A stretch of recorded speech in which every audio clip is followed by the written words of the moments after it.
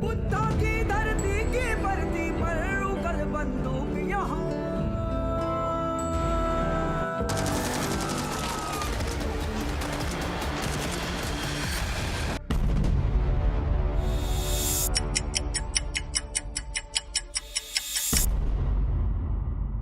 Medium के एक author S Shreena कहते हैं कि कई बार उन्हें अपने बिहारी होने का जो आइडेंटिटी है उसे छुपाना पड़ता था, क्योंकि जैसे ही लोगों को पता चलता था कि वो बिहार स्टेट से है तो उन्हें एक अलग नजर से देखा जाता। कई बार तो उन्होंने ये कहते हुए लोगों को सुना है कि एक बिहारी 100 बीमारी।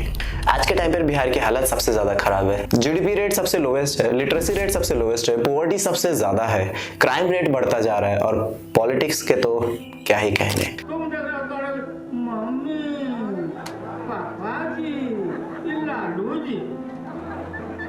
आखिर ऐसा क्या हुआ कि जिस स्टेट के रूलर ने एक समय पर पूरे भारतवर्ष पर राज किया, आज उसी स्टेट के कई सारे लोग जो है वो दाने दाने के लिए मोहताज हैं। आज के इस वीडियो में हम देखेंगे कि आखिर कैसे बिहार एक हीरो से लूजर स्टेट बना।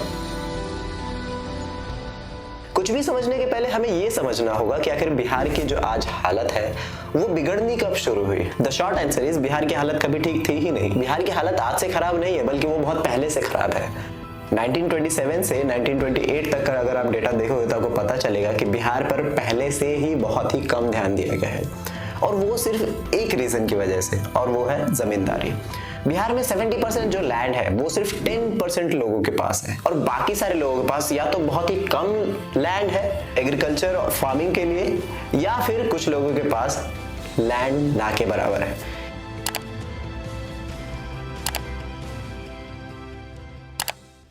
क्योंकि उनके पास जमीन नहीं है खेती करने के लिए, और क्योंकि वहां पे उतनी इंडस्ट्रीज नहीं है, इस वजह से उन्हें एम्प्लॉयमेंट के लिए स्टेट से बाहर जाना पड़ता है। अब बात यह है कि आखिर जमींदारी के सिस्टम की वजह से क्यों बिहार इतना पीछे रह गया। तो जमींदारी की पॉलिसी जो है ब्रिटिशर्स ने इंट्रोड्यूस की थी बिहार में, और इसके तहत क्या हुआ था कि उन्होंने जो है टैक्सेस बिहार के फार्मर्स पर फिक्स कर दिए थे कि जिसके पास जितना लैंड है उतना टैक्स उनको पे करना पड़ेगा इररिस्पेक्टिव ऑफ प्रोड्यूस। अगर वहां पे प्रोडक्शन नहीं भी होगी तो भी टैक्स उन्हें देना पड़ेगा, जिसकी वजह से बिहार और ज्यादा गरीबी में दबता चला गया। और क्योंकि वो उतना टैक्स पे नहीं कर पाता था तो बदले में ब्रिटिश गवर्नमेंट वहां पे उतना ज्यादा एक्सपेंड नहीं करती थी। यहाँ पर अभी भी जो टैक्सेस है बिहार स्टेट गवर्नमेंट से वो बहुत ही कम पे किए जाते थे सेंट्रल गवर्नमेंट को, जिसकी वजह से सेंटर जो है वो पूरी तरीके से बिहार में इतना ज्यादा पैसा इन्वेस्ट नहीं कर पाती। 1947 से 1980 तक का जो टाइम था उसके बीच में बिहार अभी भी कोई साइन ग्रोथ का नहीं दिखाया था, और वो बाकी सारे इंडियन स्टेट से पीछे चल रहा था। 1981 में स्टेट पर कैपिटा इनकम जो बिहार का था वो 60% था compare to national per capita income, और 1999 में वो परसेंट 35% पर जाके गिर गया। यानी ये जो डिक्लाइन हुआ 60%, इतना बड़ा जो गैप फेल हुआ 65% से 35% तक का, वो हुआ लिबरलाइजेशन की वजह से। और इंडिया की ग्रोथ रेट और बिहार की ग्रोथ रेट का जो डिफरेंस था वो कई गुना ज्यादा तब बढ़ गया जब इंडिया ने 1990 में अपनी इकोनॉमी को ग्लोबलाइज किया। इंडस्ट्री से थोड़ा बहुत फायदा हो रहा था बिहार की गवर्नमेंट को, लिबरलाइजेशन की वजह से वो सारी भी छिन गई। और एक और रीजन था वो फ्राइट इक्विलाइजेशन पॉलिसी, और ये क्या है देखते हैं आगे। अब क्योंकि उस टाइम पर बिहार और झारखंड एक साथ थे तो झारखंड में कई सारे मिनरल्स थे, जिसकी वजह से बिहार स्टेट उन्हें एक्सपोर्ट करके और उनका यूज करके जो है कुछ रेवेन्यूज को जनरेट कर पाती थी। लेकिन 2000 के बाद क्या हुआ कि झारखंड को अलग कर दिया गया बिहार से, क्योंकि साउथ बिहार में ये सारी चीजें अवेलेबल थी, और झारखंड के अलग होने के बाद बिहार के हाथ में जो कुछ बचा खुचा था इंडस्ट्री और इंडस्ट्रियल प्रोडक्शन के नाम पे वो भी हाथ से चला गया। फिर वही जवाब बोल रहा है, दे देंगे 2 मुक्का नाच के गिर जाओगे।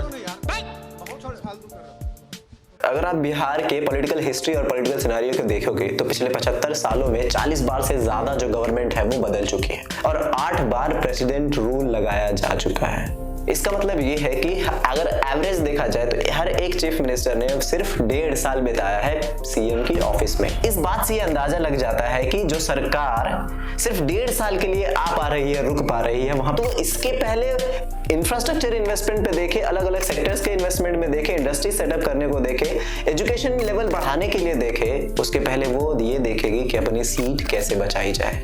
5 साल तक हम रुके कैसे। लेकिन कुछ सीएम्स जो थे बिहार के वो 5 साल से ज्यादा का टेन्योर बिताए सीएम के ऑफिस में। बिहार के सबसे पहले सीएम जो बने थे उनका नाम था श्री कृष्ण सिन्हा, जिन्हें मॉडर्न बिहार का आर्किटेक्ट कहा जाता है।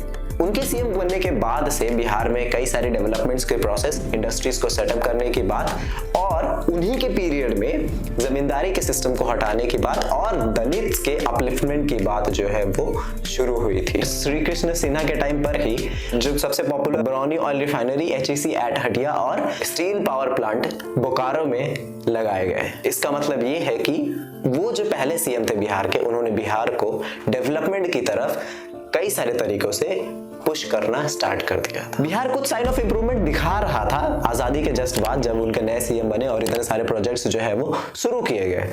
लेकिन कहानी में आ गया ट्विस्ट।